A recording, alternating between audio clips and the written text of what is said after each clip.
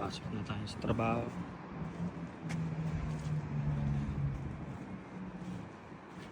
Check muna natin, baka may, although puro galos na yung sasakyan, kailangan pa rin natin ingatan sana tayo ngayong araw na to. Wala naman problema yung sasakyan.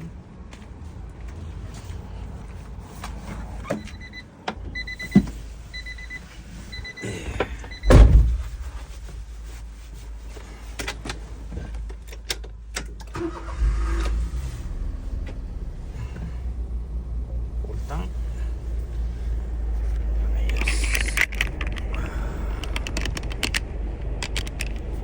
Naroon siya.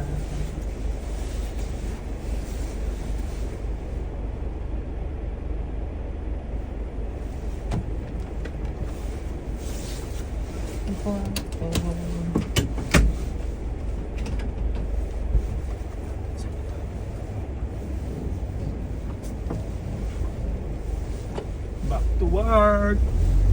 Trabaho na naman.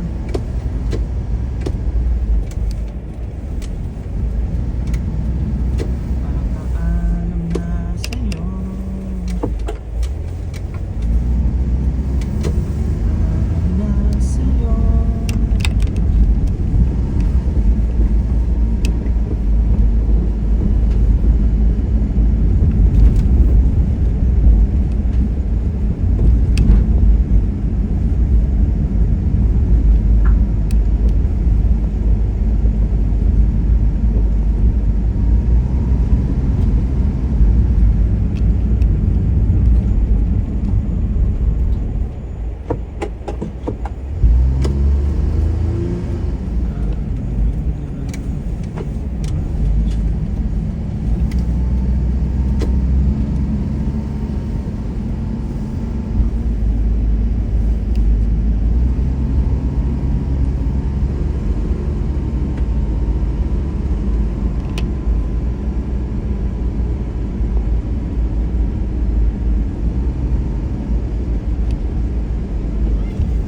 Turn left onto Fountain Street.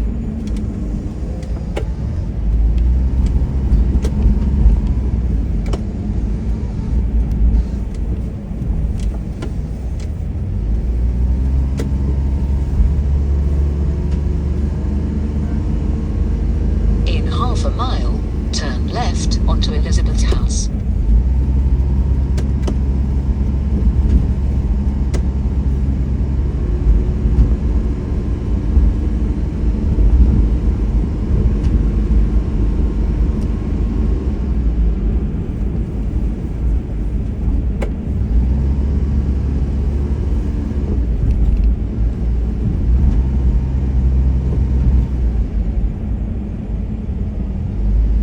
Ito pa pala, kapag may nakasalubong kayong ganito bisikleta, kailangan didistansya ka talaga dyan sa kanila.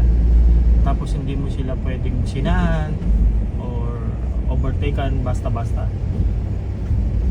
Priority sila. Pwede mong overtaken pero kailangan malayo pa lang at saka wala ka dapat kasalubong. Yun.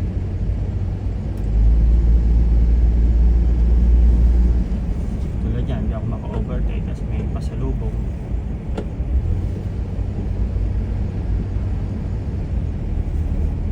Hindi ko na-overtake kaso alangan eh.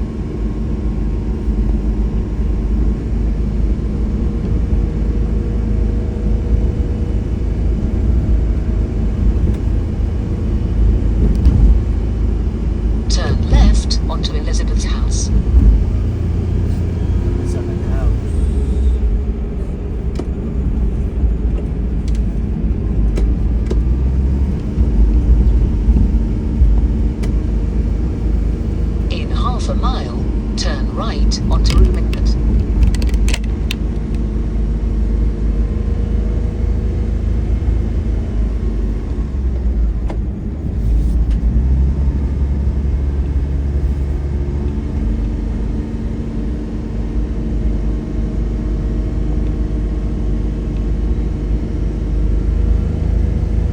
Tapos ang usually na speed limit dito is sagating 35, 40. Pag lumagpas ka doon, I think overspeeding ka na, pwede ka nang mabigyan ng fine. Tapos dito tulad to ng In a Dubai quarter of a na mile, turn right onto camera, Ilmenit, then automatic take camera. the first May mga police left. na may mga device, pero silang tawag dito, speed gun yata ba ang tawag doon.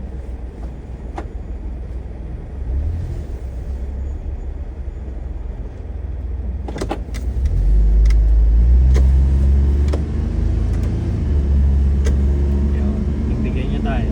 Like, ganito lang naman dito, bigayan. Mga bait naman mga tao. Kasi nasanay sila na maliit ang kalsada. So, either ikaw magbigay or sila talaga magbibigay. Ganun lang, bigayan dito. Pwesto sa kalsada.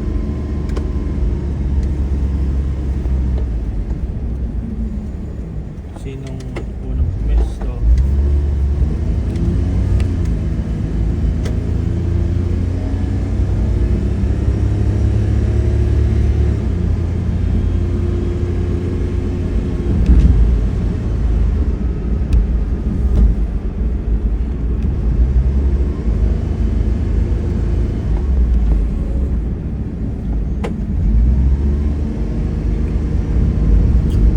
Yung ano ko, hindi pala, hindi uso dito yung overtake. Kasi paano ka din naman mag-overtake?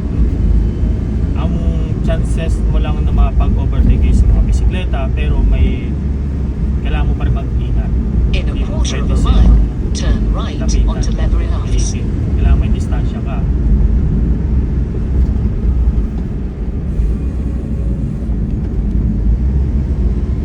Paano ka mag-overtake kung kotse o mo maliit na kalsada?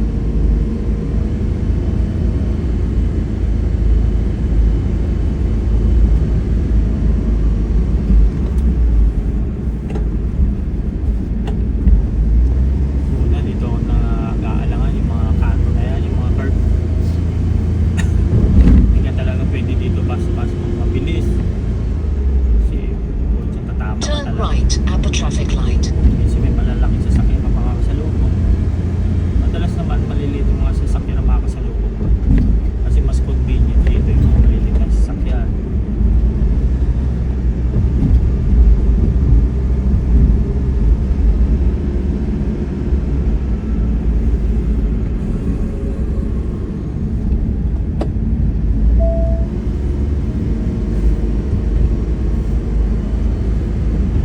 Ganda siguro kung nag-i-snow dito sa isla. Turn left Makikita at mo the yan traffic doon, light. yan yung mga puno, yung mga scenery na yan na full white kung nag-i-snow. Kaso hindi, mas lamang ang umuulan dito at hindi nag-i-snow. Meron man yata parang tsambahan, snowfall lang, pero hindi yung heavy snowfall, light lang.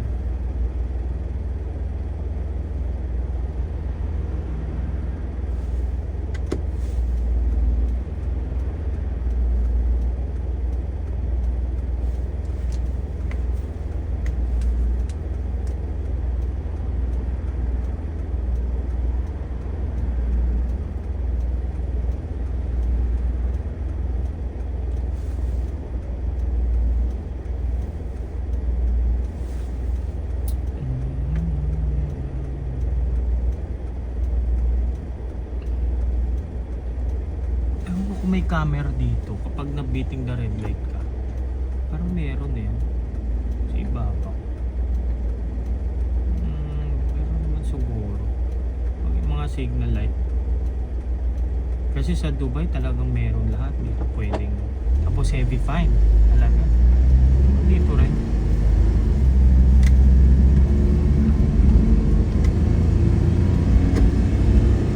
Ayan, no? Ganda ng lugar. Oh. Ano nga pala to papuntang airport? airport. Yung trabaho ko kasi medyo malapit ng airport. Actually, labas ng airport. Yung pinaka main restaurant namin. Ngayon dito ako sa main restaurant namin. Turn right onto Lembeke Lane, then take the first right. 9 o'clock lang kasi ang open tong restaurant dito sa main. After 9 o'clock,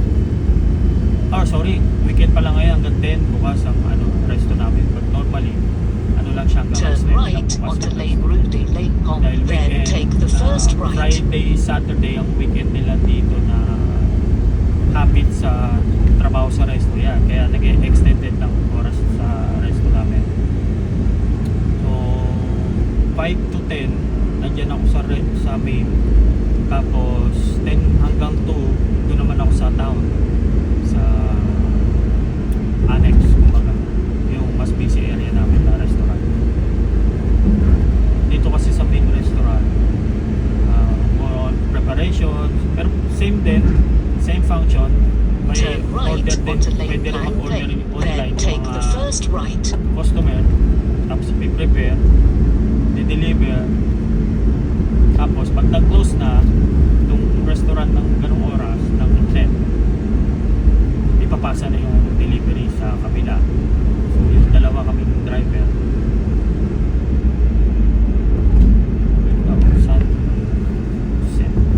sunset na almost 4:45. Turn left onto Lane Beautiful, then take the first left.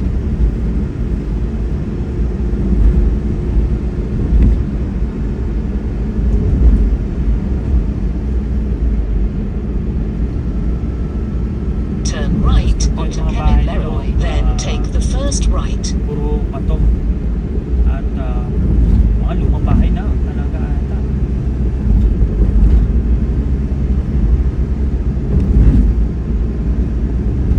Nakita nyo, hindi nag-overtake yung Turn right at the traffic light. dun sa bisikleta. Tapos doon tayo sa white lane. Yan, hanggang dito lang tayo sa puti.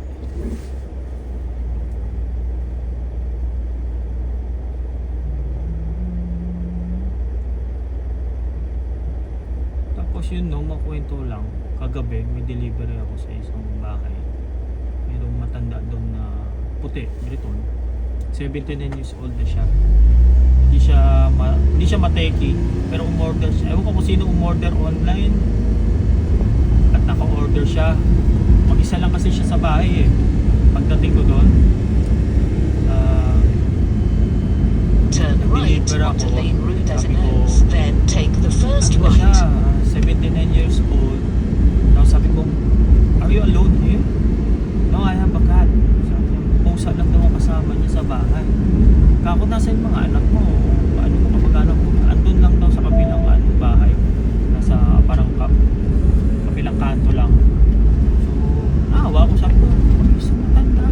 Sinisilip-silip Turn lang. left onto Forest Road, then take the first Mag-anak. left. Nahirapan siya kasi hindi siya nakapagbayad online. So, cash on delivery siya. Todo, ano pa siya? Naglalakad. Turn right onto Lake Alfred, then take the first left. Bayad, ganito. Kasi siya na, nahirapan ako at may arthritis daw siya. Sabi ko, no worries, take your time. Turn right onto Forest Road, then take the second left. Parang yung mga matatanda rito. Kasi, siguro, dahil kultura nila, may asawa ka na talaga, pamilyado ka na, pupukod ka na talaga. Pero, the sense na iiwan mo, mag-isa, sisilip-silipin mo na lang yung matanda. Grabe, no? Sobrang iba talaga ang kultura ng Pilipino sa kanila. Turn left onto Lake Alfred, then take the first left. Siyempre, sinisilip-silip lang naman nila. Or baka meron naman silang CCTV sa kwarto o sa buong bahay.